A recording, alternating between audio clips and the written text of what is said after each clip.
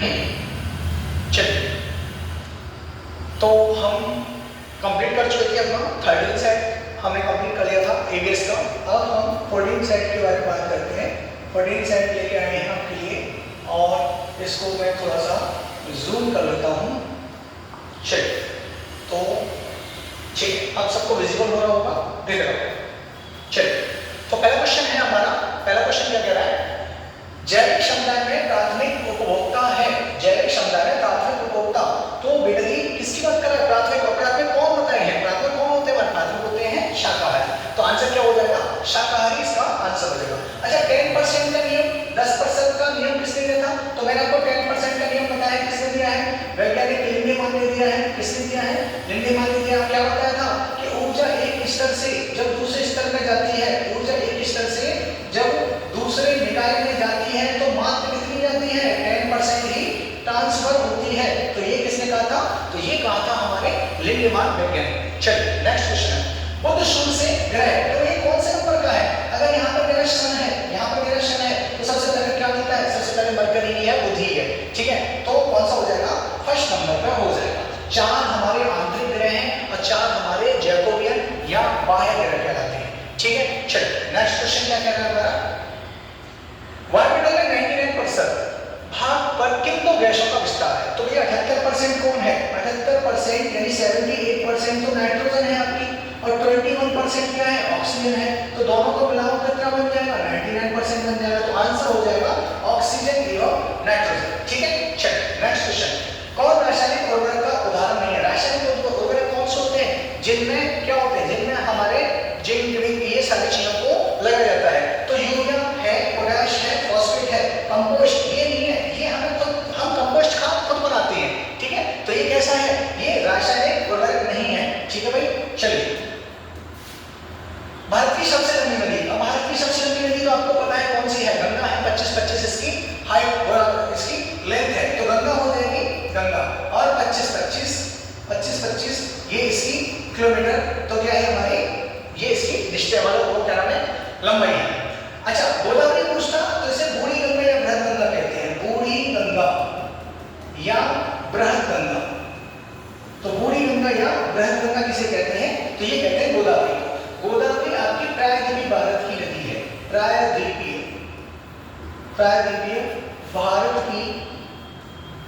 भारत की सबसे बड़ी नदी, सबसे बड़ी नदी।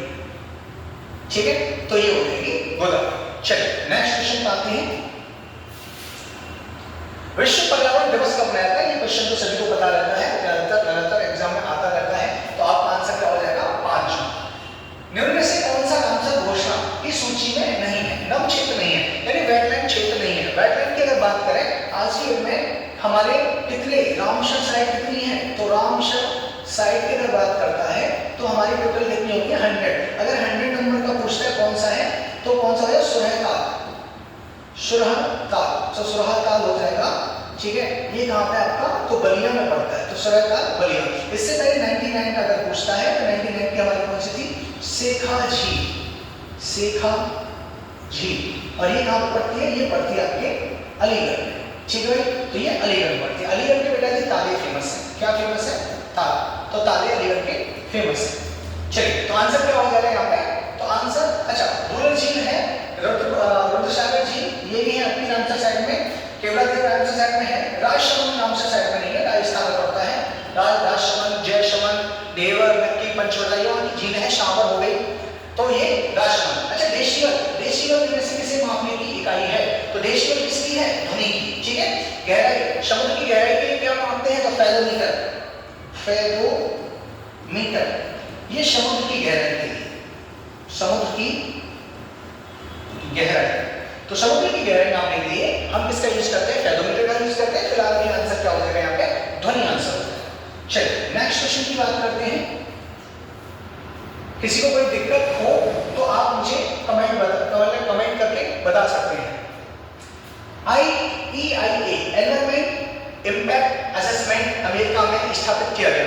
ठीक है, तो ये किसके थ्रू होता है? तो पहली बात तो आपको ये पता होना चाहिए ये किसके थ्रू होता है। तो ये बेटा नेपा करती है, NEPA राष्ट्रीय पर्यावरण अध्ययन होता है। ये ए करती है इसको, और ये 1969 वही डेट जब हमारे 14 बैंकों का राष्ट्रीयकरण हुआ था। यहीं पे कौन सा हुआ था? तो 14 बैंकों का राष्ट्रीयकरण। तो 14 बैंकों का राष्ट्रीयकरण हमारा कब हुआ था? 1969 में हुआ था। निम्न में से कौन सा पदार्थ बायोगैस संयंत्र में प्रयोग नहीं होता? नहीं वाले प्रश्नों को जरूर देखा करें कि हाँ पूछ रहा है या नहीं पूछ रहा है। तो किसका नहीं होता है बताइए? बायोगैस बना रहे हैं, क्या पशु बल की जरूरत होगी? बिल्कुल होगी। क्या जैव कचरा चाहिए? बिल्कुल चाहिए। मानव बल? बिल्कुल। कौन सा?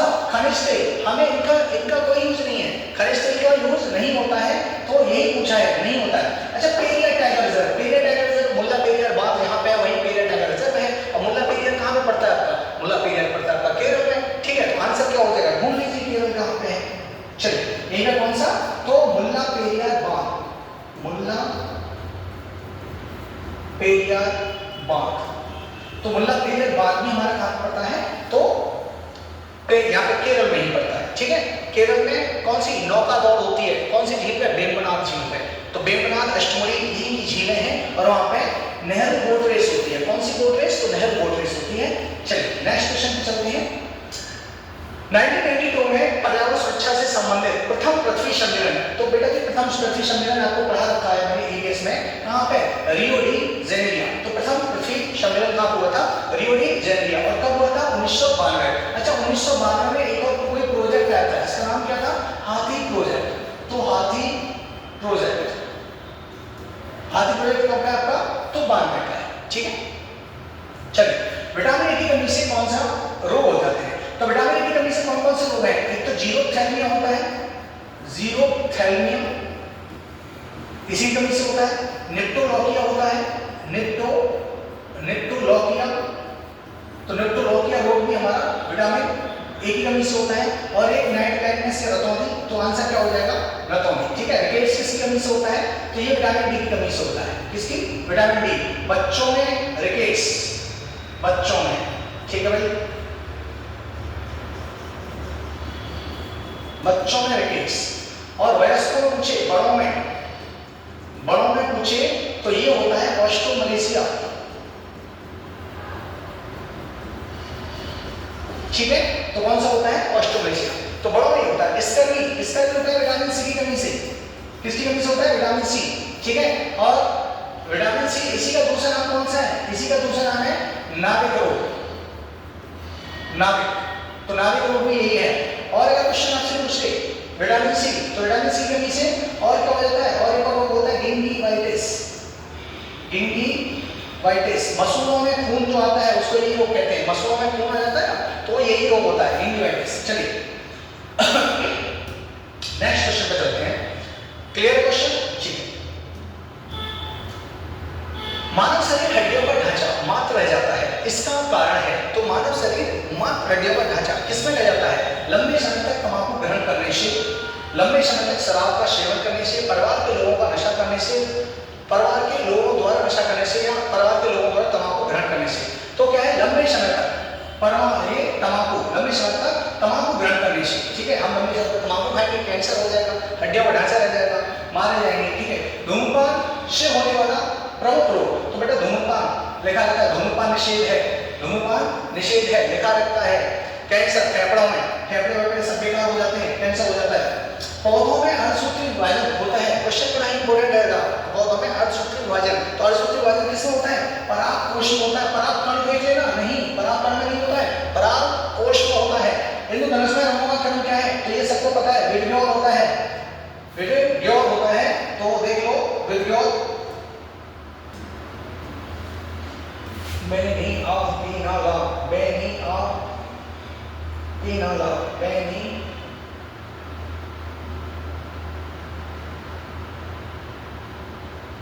बेनी, दो बार नीला हो गया, नहीं, विग्योर, विग्योर, विग्योर, विग्योर, ये होता है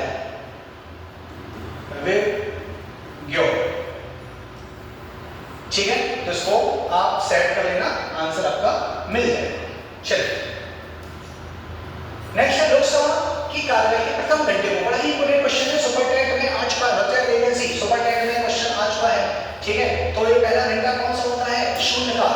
शून्यकाल होता है, यहाँ पे सांसद मंत्रियों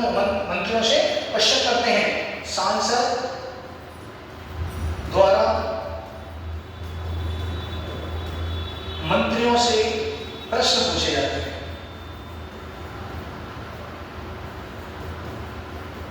तो सांसद द्वारा मंत्रियों से प्रश्न पूछे जाते हैं। हमारा कौन सा घंटा होता है? तो प्रथम घंटा होता है, इसको हम क्या कहते हैं? शून्यकाल कहते हैं। चलिए, विश्व विकलांग दिवस बेटा ये 3 दिसंबर को मनाया जाता है। विश्व विकलांग दिवस, विश्व विकलांग दिवस दिव्यांग वाला तो 3 दिसंबर को मनाया जाता है। इंपोर्टेंट है। 1916 ईस्वी में मुंबई में भारतीय महिला विश्वविद्यालय की स्थापना किसने की थी? तो ये कौन थे? डी.के. कर्वे। कौन थे? डी.के. कर्वे। ठीक है, तो दौंडे केशव कर्वे का पूरा नाम है दौंडे केशव कर्वे। ठीक है, तो दौंडे केशव कर्वे ये इन्होंने क्या किया था? तो भारतीय महिला विश्वविद्यालय की स्थापना की थी। ठीक है, चलिए नेक्स्ट क्वेश्चन की बात कर लेते हैं। वायुमंडल की ऊपरी सीमा पर प्रति इकाई क्षेत्र में प्राप्त होने वाली सौर विकिरण कहलाती है। तो बेटा ये सौर स्थिरांक होती है। क्या होती है?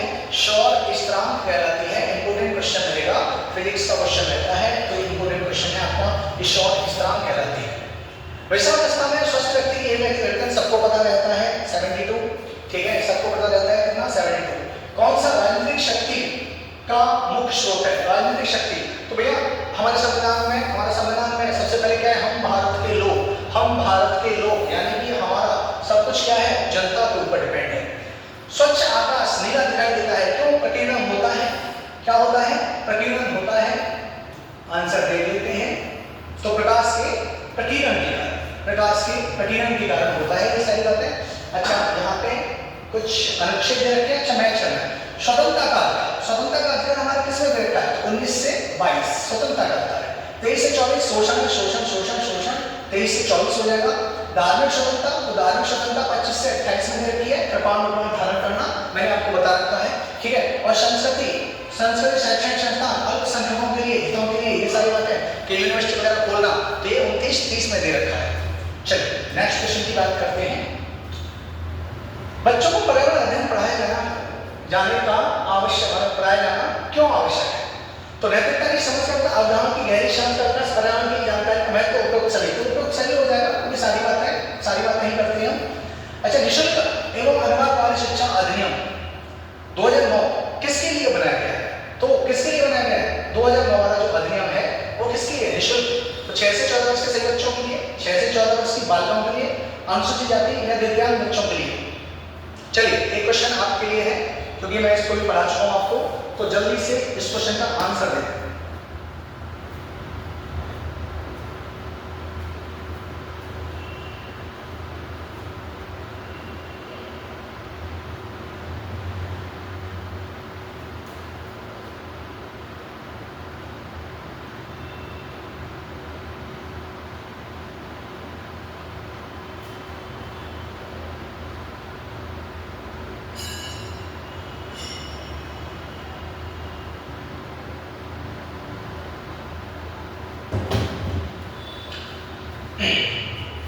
हाँ जी, तो आंसर क्या हो जाएगा?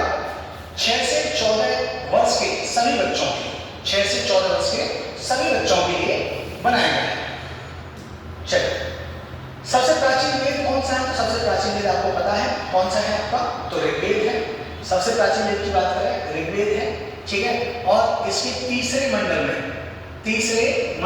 तो थर्ड मंडल में क्या है? गायत्री मंत्र है। गायत्री मंत्र दे रखा है। ठीक है, 1028 सूक्त हैं इसमें, 1028 सूक्त हैं और 10,462 ऋचाएं हैं। 10,462 क्या है? तो ऋचाएं हैं, ऋचाएं। ठीक है, टोटल मंडल पूछे तो कितने हैं? 10 मंडल है। टोटल मंडल पूछता है तो 10 मंडल है। ठीक, चलिए अगला क्वेश्चन आ जाता है, सबसे नवीनतम कौन सा जोड़ा गया? तो अथर्ववेद, ये सबसे नया है, सबसे नवीनतम। अच्छा, ऋग्वेद में ईश्वर भक्ति की बात की गई है। ईश्वर भक्ति, तो ईश्वर भक्ति की बात किसमें की गई है? तो हमारे ऋग्वेद में। गद्य पद्य की बात करता है तो यजुर्वेद, यहाँ पे क्या दे रखा है? गद्य पद्य, गद्य और पद्य की बात करता है। सामवेद की बात करें तो ये संगीत से है, तो संगीत को समझते कौन सा? हमारा सामवेद है। ठीक है, अगर क्वेश्चन आता है प्रजापति की 2 बेटियां सभा और समिति, सभा प्लस समिति, किसमें इनका उल्लेख है? तो अथर्ववेद में। ये किसकी बेटियां हैं? ये प्रजापति की बेटियां हैं। तो ये किसकी बेटी है? प्रजापति की बेटी है। तो प्रजापति की बेटी शबा और संतु का उल्लेख पूछता है तो अथर्ववेद में है। ठीक है, चलिए नेक्स्ट क्वेश्चन की बात कर लेते हैं।